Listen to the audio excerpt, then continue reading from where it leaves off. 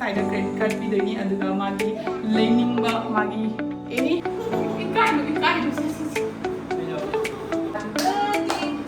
dear papa ina leibisi my friends fazabra yongna uta dana lei se koi lambi mai thok pa mi na habane ahongba kundu everyone मैं बदमाई channel तराम नौचरी से अखोई birthday नेबको birthday बुदी ngarang baro da oigरे दो ऐसे इसा से नुंगाई मन दना मागी सेलिब्रेशन जम त तौबीद्रेबा अखोई सिगा लेबगी कानाबगी अइना खुदक ऑर्डर तौग्रेबको केक का दुबगी मागी गिफ्ट मचा मगा अदो अइना मेनली ओइना पांबा गिफ्ट सुदी अवेलेबल ओइरमजेबको औ दुदी हायें ऑर्डर पुदी तौग्रे अइना अदो डिलीवरी ओइबदा खरा मतम कुइना चंगनी ड्यूटी दगी हल अमतुंग द सरप्राइज तौगे ओइरेबको केक के माई पोचे पुमक लांगना लोरे अदो बेलून के कादी तौरोय इंगांग मचा ताई हाइनेबा अइका अदुगा अइना तो रूम कसे ना दुम खरा लोशन खोसना थमेबको पलाई कनाम से उमदा हाय रो क्या ताउद्रे ममा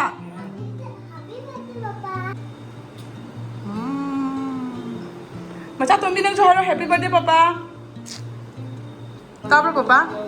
नंग कई एक्सपेक्ट हो गए ngondage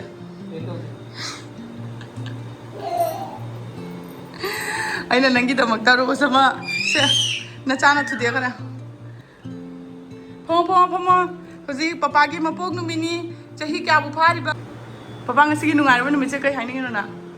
ina koi sai gi sisima lebi bania do ai do candle kaure ba ko adu ga kaino su kaure pochi pun ma loi kaure mja no sala papa gi papa yuni se sabra wow halaw na lore ne ai chai ni junga adagi kai no ne kai no duna ke thang no kai chikla kya ma paile me kak pagi ready ni happy birthday papa hai kro papa ai kaura papa ka kami no mo khuto eh amar ho lagi na chan pe tum se payo ba na chan pe tum se na ko papa na ko तो यहाँ हमको cycle birthday के तरह जाना चल तुम लाओ मजा तुम तो बच्चा तुम भी बर्थडे तो चल तुम भी है चल पापा को चलो हैप्पी बर्थडे टू यार इसे चल happy birthday to you happy birthday to you happy birthday to dear पापा हैप्पी बर्थडे टू यू ये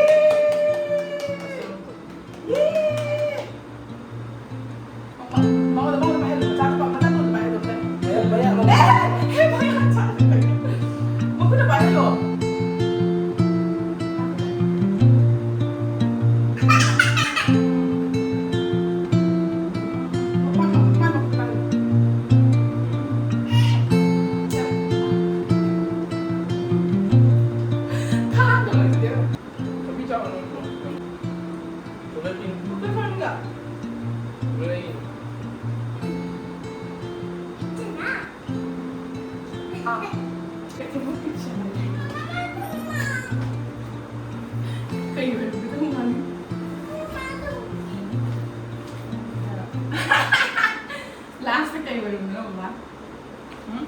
Siya papa. Ikaw ba na? Siya. Ay lo. Si. Ikaw no si. Papa chacha dia.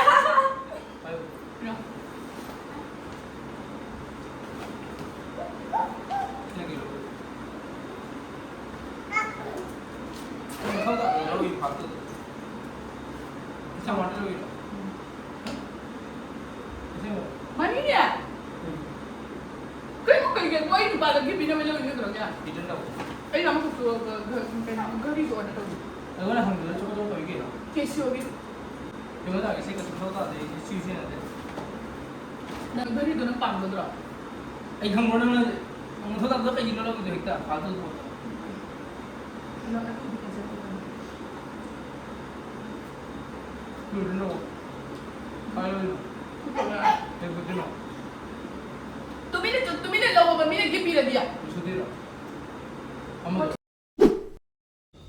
Hello everyone मैं अपना ꯃꯣꯏꯒꯤ ꯆꯦꯅꯦꯜꯗ ꯇꯔꯥꯝꯅ ꯑꯣꯛꯆꯔꯤ ꯑꯗꯨ ꯃꯌꯥꯝ ꯉꯁꯥꯏꯒꯤ ꯕꯔꯊꯗꯦꯅꯦꯕꯀꯣ ꯑꯗꯨꯗꯨꯒꯤ ꯑꯩꯅ ꯉꯁꯤꯁꯦ ꯑꯩꯈꯣꯏ ꯍꯧꯖꯤꯛ ꯃꯣꯜꯗ ꯆꯠꯇꯣꯏꯅꯤ ꯑꯗꯨꯒ ꯉꯁꯤ ꯃꯥꯅ ꯂꯩꯅꯤꯡꯕ ꯄꯣꯠ ꯆꯩ ꯈꯨꯗꯤꯡꯃꯛ ꯑꯩꯅ ꯂꯩꯍꯟꯗꯣꯏꯅꯦꯕꯀꯣ ꯑꯩꯒꯤ ꯀ꯭ꯔꯦꯗꯤꯠ ꯀꯥꯔꯗꯇꯒꯤ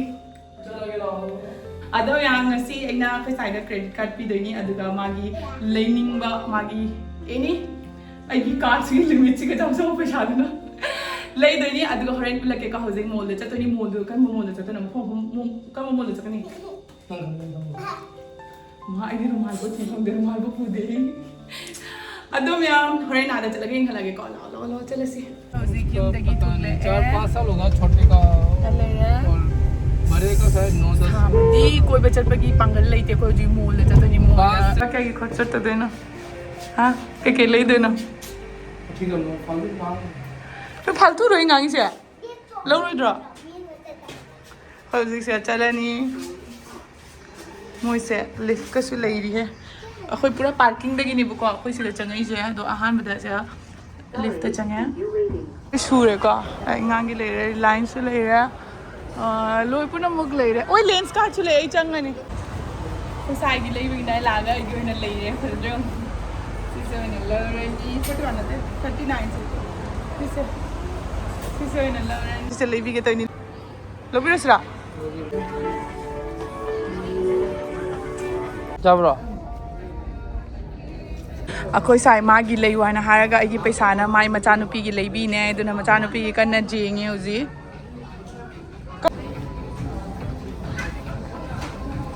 हरा हरिसे पाइनो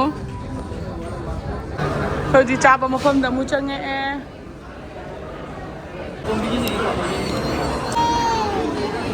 खबर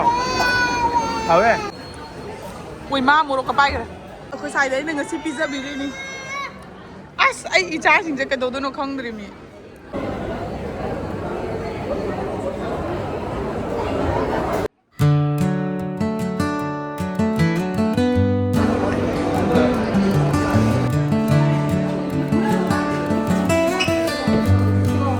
नोंगल नुसी कन्ना सितना नोंग कन्ना तारे अदुना अखोई गाड़ी से होजि गाग लेपगा सिदा खामगा लेरेको नुसीदि हमना सिटपगिने ना थौबो किजे थौनु नोंग खाकपसि गायना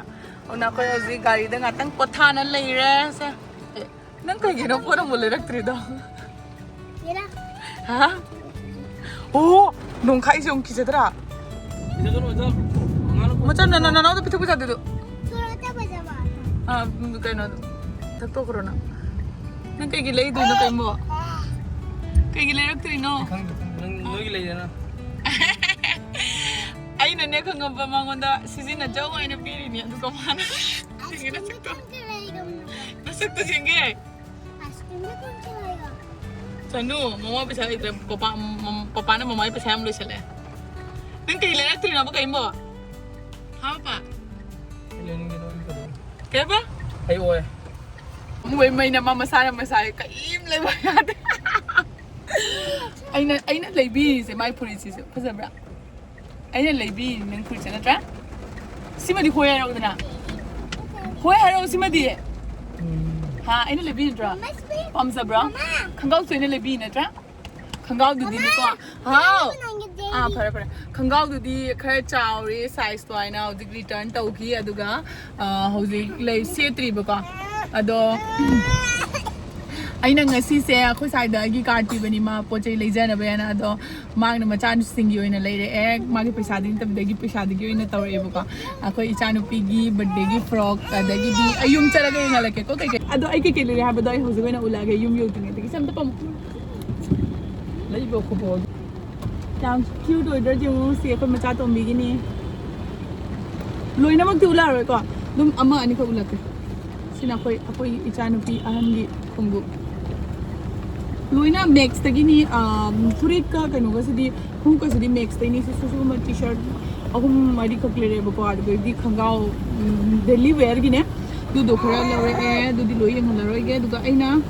याम पमजबा म ले रे बको ngasi से ल ल ल ल ल ल दि पचे नाम से सेले खंगाव गिने स्माना अनप पिसनी बको अनप पिसे डेली वेयर से न बनिदा अदुगा एगी पमजबा मन सिद लैरे नि सिसे Judeo they लरकनि बको lupa kaya pa yung gada mali lupa 299 katani ko sathi na poche phai ado ai daily wear da sena na bai ni da smai thok pa se mi na ba ne ahong ba khunggup ni thoi ne ise mai tung ani dia Chahum na kayo kung gawin na. mi na hai ba ne khunggup che chat pa matam smai na ai na ma khon thok pa tok tok tok tok pa se lai nu ai ahong ba khunggup ni do ai se du na ahong ba khunggup ma le na Chahum ka pa rin.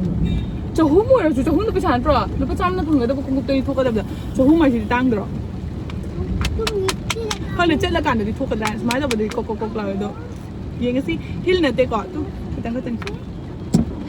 อ่ะตัวนี้ไอ้ช้อปปิ้งไอ้บุ้งใช้ที่กล้วยไปดูกล้วยกระชุ่มหมดเลยเด้อแล้วก็ไอ้จานนูปีกิสมาดิไอ้ยำปัมเซอรี่ยำชีสแล้วก็ไอ้น่ะออนไลน์เด็กยิงบีไปเนี่ยแบบออนไลน์เด็กพัฒนาบ้างโบยพังเด้อบ้าบุกไอ้ดีไอ้ดีแค่โน่เดอะปาร์ตี้เวร์ไอ้ดีปาร์ตี้เวร์กุมบุษเลนิ่งเด้อบุกไอ้น่ะแค่โน่มามังเด้อअखोई आकांक्षा की मतलब party wear की लगी party cell लोग लोई तान लेबको अना कौन any चतु खोटोप set पे याने बगैने अगर मांगोद पीबद मा सिद्रे लास्ट चांस लोरे गैस फंगरो लोरबनी तत्ता अना नुआबदना पीबानी पैसा पीयू खोलू लो भाई नोंग यम खाई ने उ तादना लेबी लंबीन से कमाइन चतुनो ममाई लेथोए सोमदना का गाड़ी में ममाई लेथोर